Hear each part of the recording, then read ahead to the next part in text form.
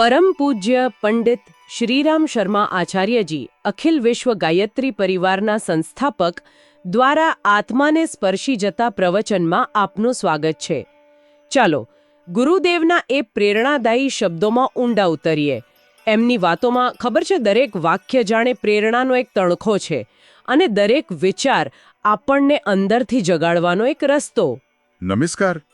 અને આજની આપણી આ ઊંડાણપૂર્વકની વાતચીતનો આધાર છે પંડિત શ્રીરામ શર્મા આચાર્યજીનું એક પ્રવચન. આ એમના ઘણા પ્રવચનોમાંથી એક છે જે અમૃતવચન જીવન કે સિદ્ધસૂત્ર પુસ્તકમાં પ્રકાશિત થયું છે. હા, અને આપણો ઉદ્દેશ્ય એ સમજવાનો છે કે આચાર્યજીના આ વિચારો આજના આ દોડધામવાળા યુગમાં આપણા વ્યક્તિત્વને કેવી રીતે બદલી શકે અને સાચી આંતરિક શાંતિનો માર્ગ કેવી રીતે બતાવી શકે. મને લાગે છે કે આજના સમય માટે આ ખૂબ જ જરૂરી છે. તો ચાલો વધુ વિસ્તારથી સમજીએ. ચોક્કસ. જુઓ, આચાર્યજી એક બહુ જ મહત્વની વાત પર ભાર મૂકે છે: જીવનમાં પેલી ઉચ્ચ શક્તિ સાથેનું આપણું જોડાણ. હા, જોડાણ. પણ જોડાણ કેવું? ખાલી આપણી જરૂરિયાતો કે માંગણીઓ પૂરતું નહીં. એ કહે છે કે ક્ષુદ્રતા એટલે કે આ નાની નાની તુચ્છ બાબતોમાં જે આપણે અટવાઈ રહીએ છીએ તે. હા, અને પેલી સંકીર્ણતા. બરાબર. સંકીર્ણતા એટલે આપણા વિચારોની મર્યાદા, પેલો સ્વાર્થ. આ બધું છોડીને ભગવાનને, એ શક્તિને આપણા જીવનમાં એક સક્રિય ભાગીદાર બનાવવાના છે. ખાલી માગવાનું નથી, ભાગીદાર બનાવવાના છે. આ ભાગીદારીની વાત બહુ રસપ્રદ છે. ખૂબ જ. અને આચાર્યજી એને સમજાવવા માટે એક સરસ ઉદાહરણ આપે છે: ગંગા અને હિમાલયનું. તમે જુઓ, ગંગા જ્યાં સુધી પોતાના મૂળ સ્ત્રોત હિમાલય સાથે જોડાયેલી છે ત્યાં સુધી સુકાતી નથી. બરાબર. ભલે ને બીજી નાની નદીઓ સુકાઈ જાય. એમ જ જો આપણું જોડાણ ભગવાન સાથે મજબૂત હોય, જીવંત હોય, તો જીવનમાં પેલો અભાવ કે સંકટનો અનુભવ એ ઓછો થાય છે. આજે ઘણા લોકો એકલતા અનુભવે છે, જીવન ખાલી ખાલી લાગે છે. હા, એ વાત સાચી છે. ત્યારે આ ભાગીદારી શું આપે? એક સ્થિરતા આપે, એક આંતરિક સંતોષ આપે. ખરેખર આ સ્થિરતાનો પાયો છે. હા, અને તમે કહ્યું એમ, આ ભાગીદારી એટલે ખાલી બેસી રહેવાનું જોડાણ નથી, એમાં સક્રિય સમર્પણ છે. આચાર્યજી પેલું ઉદાહરણ આપે છે ને, કઠપૂતળીનું, પતંગની દોરીનું. હા, વાંસળીનું પણ. જેમ કઠપૂતળી પેલી દોરી ખેંચનારના ઈશારે નાચે છે, પતંગ દોરી પકડનારની મરજી મુજબ ઉડે છે.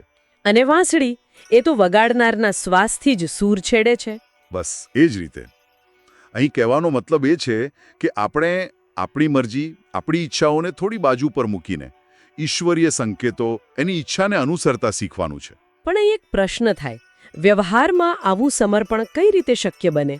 ખાસ કરીને જ્યારે આપણી પોતાની ઈચ્છાઓ આટલી બધી હોય, આટલી પ્રબળ હોય. બહુ સારો પ્રશ્ન છે. જુઓ, આચાર્યજી સમજાવે છે કે આ પ્રકારનું સમર્પણ છે ને, એ વ્યક્તિના વ્યક્તિત્વમાં જબરદસ્ત પરિવર્તન લાવે છે. આપણું ધ્યાન પેલી ભૌતિક ચિંતાઓ, મને શું મળશે, મારું શું થશે, એના પરથી હટી જાય છે. અને ક્યાં જાય છે? એ જાય છે આધ્યાત્મિક વિકાસ તરફ, કર્તવ્ય પાલન તરફ અને સાચા આંતરિક સંતોષ તરફ. પછી પેલી ઉપાસના કે ભક્તિ છે ને, એ દુનિયાવી વસ્તુઓ માંગવા માટે નથી રહેતી. તો શેના માટે?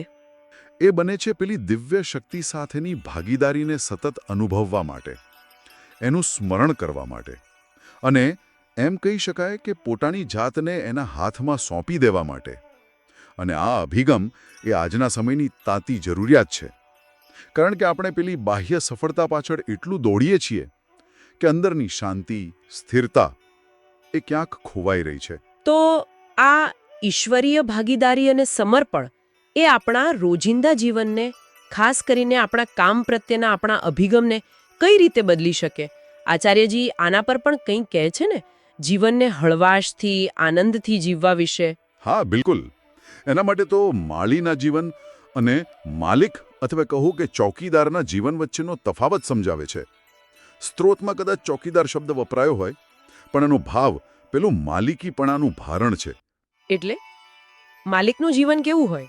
માલિક કી ચોકીદાર એ હંમેશા ચિંતામાં રહે. ઉપજ કેટલી થઈ, નફો કેટલો, નુકસાન તો નથી ગયું ને. એનું જીવન સતત એક બોજ નીચે, એક તણાવમાં પસાર થાય, કષ્ટદાયક બની જાય. અને માળી? હા, માળીનું ઉદાહરણ બહુ સુંદર છે. માળી શું કરે? છોડ વાવે, પાણી પાય, નિંદામણ કરે. એ પોતાના કામમાં એની પ્રક્રિયામાં આનંદ લે છે. એને પરિણામની ચિંતા નથી હોતી. બહુ નહીં. કેટલા ફૂલ ઉગ્યા, કેટલા વેચાયા, કોણે વખાણ કર્યા, એ બધી ચિંતા એને બહુ સતાવતી નથી. એનું મુખ્ય આનંદ પોતાના કામને સારી રીતે, નિષ્ઠાથી કરવામાં છે. બસ એવી જ રીતે ખેલાડીએ રમતમાં આનંદ લેવાનો, અભિનેતાએ અભિનયમાં. પરિણામ શું આવશે એને ચિંતા છોડીને. આચાર્યજી કહે છે એમ, આપણું ધ્યાન આપણી ભૂમિકા બરાબર ભજવવા પર હોવું જોઈએ. પણ જીવનમાં હંમેશા બધું સારું જ નથી હોતું. ખરાબ પરિસ્થિતિઓ આવે, મુશ્કેલીઓ આવે, ત્યારે પણ માત્ર કર્તવ્ય પર ધ્યાન રાખીને ખુશ કઈ રીતે રહી શકાય? એનો જવાબ છે પરિણામોથી અનાસક્ત રહેવું અને પ્રયત્નમાં જ સંતોષ માનવો. આચાર્યજી કહે છે, દુનિયામાં રહેવાનું છે, દુનિયાના કામ પણ કરવાના છે, પણ મન ક્યાં રાખવાનું? ભગવાનમાં, પોતાના કર્તવ્યમાં, અને એ કરવાની પ્રક્રિયાના આનંદમાં. આ અનાસક્તિ, આ ડિટેચમેન્ટ, એ જ આજના દબાણભર્યા જીવનમાં સાચી મુક્તિ અપાવી શકે છે. તો આ બધી વાતનો સારાંશ એ જ થયો કે સાચી સાર્થકતા અને સફળતા પેલી બહારની વસ્તુઓ કે પદવીઓમાં નથી. ના, બિલકુલ નહીં. પણ આપણા કર્તવ્યને નિષ્ઠાથી અને પ્રસન્નતાપૂર્વક નિભાવવામાં છે. આચાર્યજી જેને હસતી ખેલતી જિંદગી, ખિલખિલાતી જિંદગી, હલકી ફુલકી જિંદગી કહે છે, એ કદાચ આવી જ રીતે જીવી શકાય. એકદમ સાચું.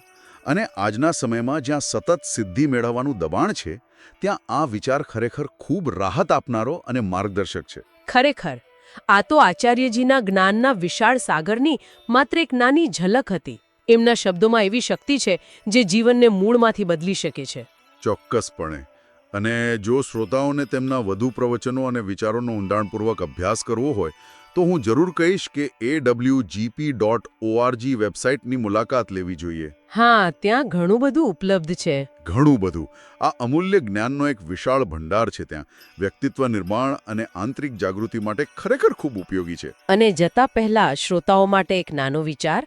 આપણે સૌ વિચારી શકીએ કે આજે આપણા જીવનમાં એવી કઈ ક્ષુદ્રતા કે સંકીર્ણતા છે જેને આપણે છોડી શકીએ, જેથી જીવનમાં પેલી ઉચ્ચ શક્તિ સાથે વધુ ઊંડું જોડાણ સ્થાપિત કરવા માટે અથવા આપણા કર્તવ્ય પ્રત્યે વધુ આનંદમય અભિગમ અપનાવવા માટે થોડી જગ્યા બને. ખૂબ સરસ વિચાર છે. આશા છે કે આ દિવ્ય આંતરદૃષ્ટિ આપ સૌના જીવનને સમૃદ્ધ બનાવશે. આભાર. આભાર.